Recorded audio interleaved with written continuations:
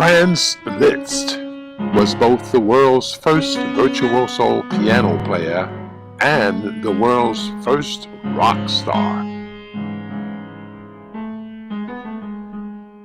The talented, handsome, debonair artist made women all over Europe swoon at his electrifying piano performances.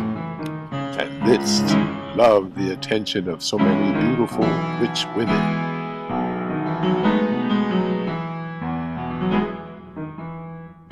Lola Montez was a sexy, sensuous, celebrated Spanish dancer. And Lola's reputation was that whatever Lola wanted, Lola got.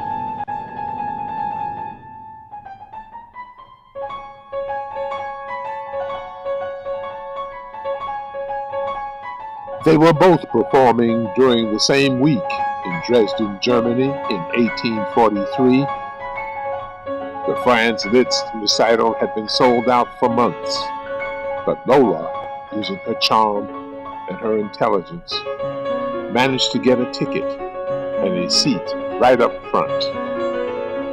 Lola happens to sit next to Marie Dagoult, one of Liszt's former lovers. Madame Dagoult notices Lola's beauty and her intensity directed at Liszt during his performance. At the recital's end, they strike up a conversation, and Marie Dagoult agrees to deliver a note to Liszt with Lola's name and hotel.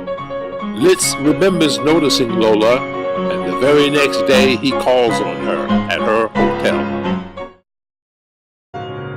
Liszt was a worldly, mature 32 years old, and Lola was a hot-tempered 22. They rendezvous frequently on their performance tours.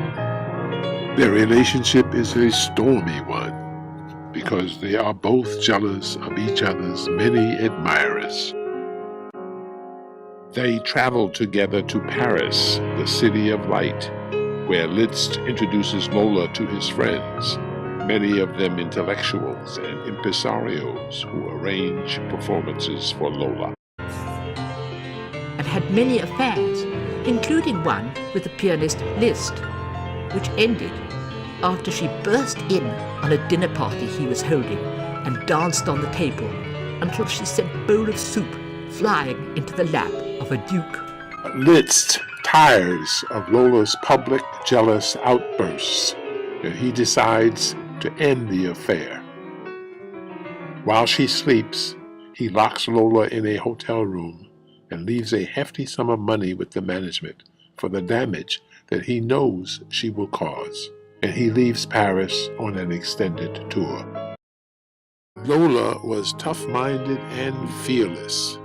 It was in Paris that she started carrying a cowhide whip to ward off unwelcome advances. It became her trademark. She was also known to carry a small pistol.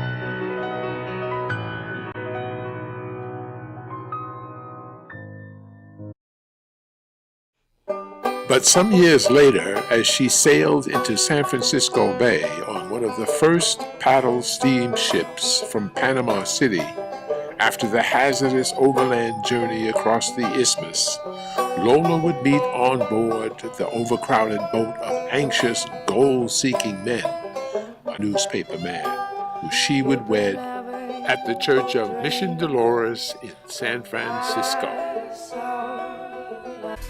Lola would recount that story at many of her salon events for potential investors in the Empire Gold Mine in Grass Valley, California.